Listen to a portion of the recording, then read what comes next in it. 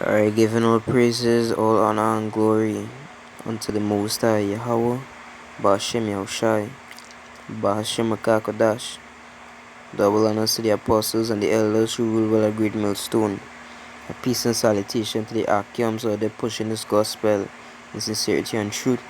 A shalom to all the humble and sincere sisters out there as well. Alright, I come now with this listening title, We're Almost There. Right, because we could understand, through the news and things and articles, Trump, President of United States, Donald Trump, carried out an execution against top General Soleimani of Iran. Now we know that this could potentially result in World War III. Right, because we know that these nations that they will never back down from a fight. Right, but through the scriptures and the understanding of the scriptures, it taught us, right, of these last days and what is to come of these last days. Right, so let me get into it one time, starting it off with the book of Matthew, chapter 24, verse 1. It says, And Yahushua went out and departed from the temple, and his disciples came to him for to show him the buildings of the temple. Verse 2, And Yahushua said unto them, See ye not all these things? Verily I say unto you, there shall not be left here one stone upon another that shall not be thrown down. And as he sat upon the Mount of Olives, the disciples came unto him privately, saying, Tell us, when shall these things be? And what shall be the sign of thy coming and of the end of the world? Right, so wherever the most slack ever Yahushua is going to say here, this will be the signs of the end of the world. Alright, so verse 4. And Yahushua answered and said unto them, Take heed that no man deceive you, for many shall come in my name, saying, I am Hamashiach, and shall deceive many. And ye shall hear of wars, and rumors of wars. See that ye be not troubled, for all these things must come to pass, but the end is not yet. For nation shall rise against nation, and kingdom against kingdom, and there shall be famines, and pestilences, and earthquakes in divers places. Say all these are the beginning of sorrows. Then shall they deliver you up to be afflicted, and shall kill you, and ye shall be hated of all nations for my name's sake. And then shall many be offended, and shall betray one another, and shall hate one another. And many false prophets shall rise, and shall deceive many. And because iniquity shall abound, the love of many shall wax old. But he that shall endure unto the end, the same shall be saved. Alright? So the scriptures telling us that, we will hear of wars and rumors of wars. And that's exactly what has been happening, right? So the scriptures don't lie, right? So the scriptures here plainly say that wars, rumors of wars, famines, earthquakes, pestilences, right? False prophets, all these things here are coming to pass before our very eyes. Even verse 9, then shall they deliver you up to be afflicted, and shall kill you, right? And you shall be hated of a whole nation for my name's sake. And that's exactly what's happened, right? These nations, they hate us, they have us on their on terrorist watch, right? Because that will be after them terrorists, all these nations hate us. Even, to bring out a quick precept, Luke 6 and 22, where it say, Blessed are ye when men shall hate you, and when they shall separate you from their company, and shall reproach you and cast out your name as evil for the Son of Man's sake. We can even go in Matthew 10:34. Let's see. Think not that I am come to send peace on earth. I came not to send peace, but a sword. For I am come to set a man at variance against his father, and a daughter against her mother, daughter-in-law against her mother-in-law, and a man's foes shall be there of his own household. So basically, what I'm trying to say here is that these nations, right? Whether these nations, these people that follow after these nations as well, hate us, right? Consider us mad, crazy, you know. So that's basically, Matthew 24. I mean, jump down to 37 real quick, right? It say, but as the days of Noah were, so shall also the coming of the Son of Man be. For as in the days that were before the flood, they were eating and drinking, marrying and giving in marriage, until the day that Noah entered into the ark, and knew not until the flood came and took them all away. So shall also the coming of the Son of the Man be. Then shall two be in the field, the one shall be taken and the other left. Right? So exactly how the days of Noah were, These people not heeding to our words, they're not heeding to the Yahweh Shem Yahushai's words, right? To keep the laws, statutes, and commandments and return to their heritage, right? And done away with these pagan holidays and customs, right? And strive to live a life of perfection, right? Underneath Yahweh Shem Yahushai, these people don't want to heed to those words, right? They say it will come as roughly paraphrasing, as a thief in the night, right? They wouldn't expect it, but they wouldn't expect the destruction and what is to come, right? Hit them as they will be the greatest surprise of their existence, right? Um, Jump to Revelation 18 verse 1, right? Let's see.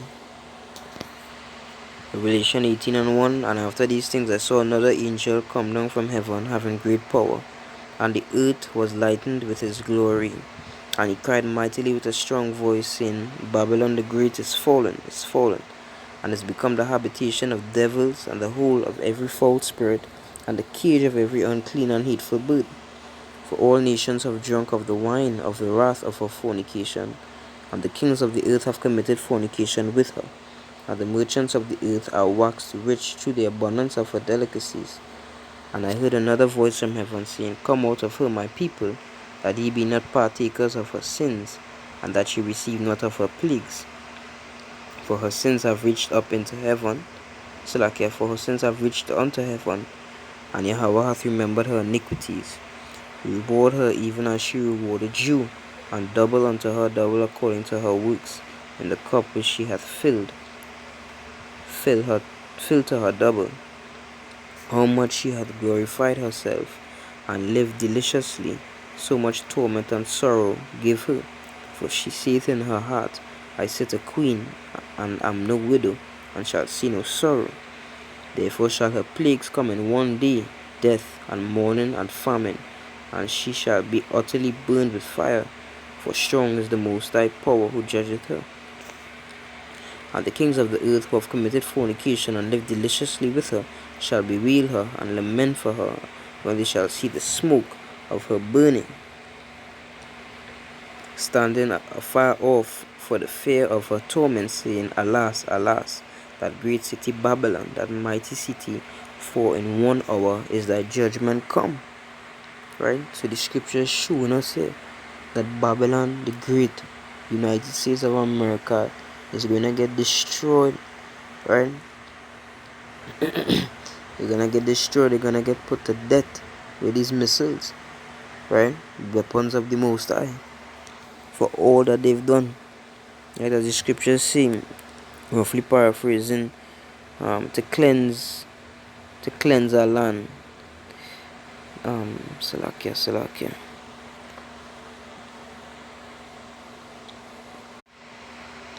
Alright, these numbers 35 and 33, it's saying, So ye shall not pollute the land wherein ye are, for blood it defileth the land, and the land cannot be cleansed of the blood that is shed therein, but by the blood of him that shed it.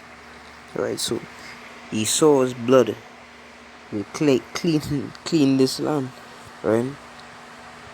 Because the so-called white man is the devil that the Bible speaks of, right? And as the Musa say, right, double the judgment, Revelation 17, go to verse 8. It say,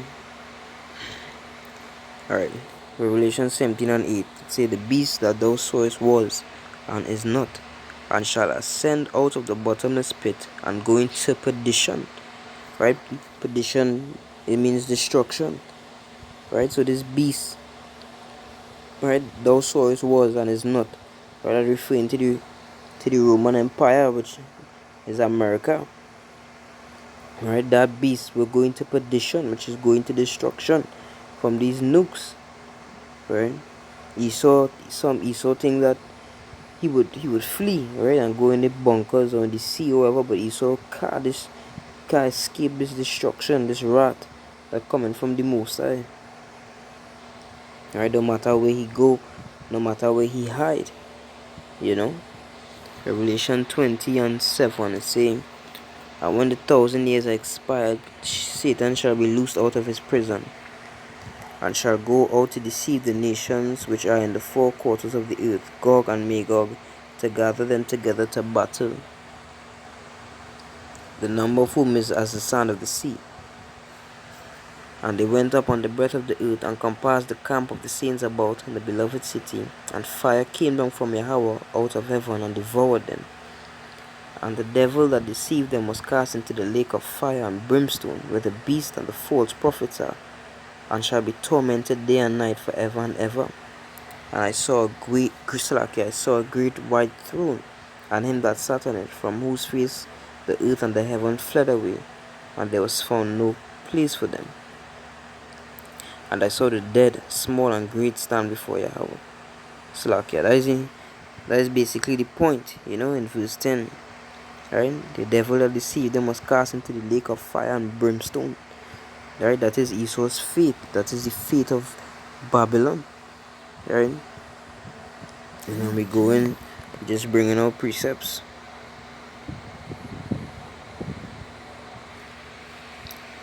Right? It's a 2 Ezra chapter 6 verse 9. For Esau is the end of the world, and Jacob is the beginning of it that follow it.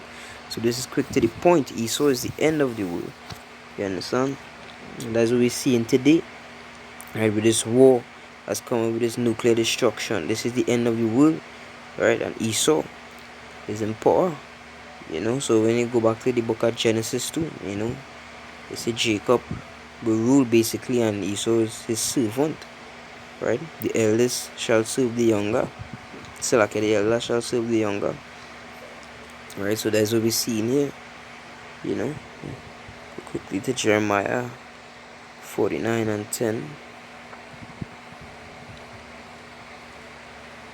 It say, but I have made Esau bare, I have uncovered his secret places, and he shall not be able to hide himself. His seed is spoiled, and his brethren and his neighbors, and he is not. Right? Esau have nowhere to run. The Edomites, they have nowhere to run, they have nowhere to flee. The destruction that come into this world, for all the things they have done, the homosexuality, the transgenderism, the false religions and customs, right? The whole the system, right? The pollution of the sea, the air, the land, right? Even with the ozone layer, they just completely destroying this earth, the animals, right? And for the Most High say he will still give us redemption for them putting us into slavery, right, for 400 years. So we will get our redemption against them, right? So Esau, this is Esau's fate, death, right? Revelation 13:10, right? Straight cut for these Edomites. It say, he that leadeth into captivity shall go into captivity. He that killeth with the sword must be killed with the sword. Here is the patience and faith of the saints, right? So that our patience, and the definition of the word patience, it means endurance, patient continuance, steadfastness, which means to stand still, right? So that is what we will earn through enduring, right? See them going into captivity just as we did, and they being killed with the sword, right? Getting put to death just as we did, right? So that's basically it, For the brothers, the Akim, the sisters, keep pushing forward in this truth. Keep doing what you gotta do. Now is not the time to fall short. Now is not the time to be lukewarm. Now is the time to be red hot. Right? Pushing every day, every minute, pushing any way you could in this truth. Because we soon out of here, the Most High send us signs, I mean, we seen it for ourselves. It was unfolding, before our eyes with this World War III, right? Even in the previous years, they build up to this point, right? That's why we had to keep strong. Because we don't know if the world can end this year or next year or 2 years, 3 years from now. We don't know, right? But through Book of Matthew chapter 24, it shows us the signs, and we see that these signs taking place, right? Even news on the microchip, the mark of the beast, right? All these things coming out, thousands on the earth already been chipped, but we know that it will be made mandatory, right? When the most are ready for it to be made mandatory, right? So we gotta keep your head on, keep pushing in this truth, praying, fasting, meditating, studying the scriptures, pushing this word, keep enduring, right? And holding steadfast, right? And that give all praises, honor, and glory unto the Most High, Yahweh, Ba'ashim Yahushua, Ba'ashim Makakodash. Hope this lesson was edifying. Shalom.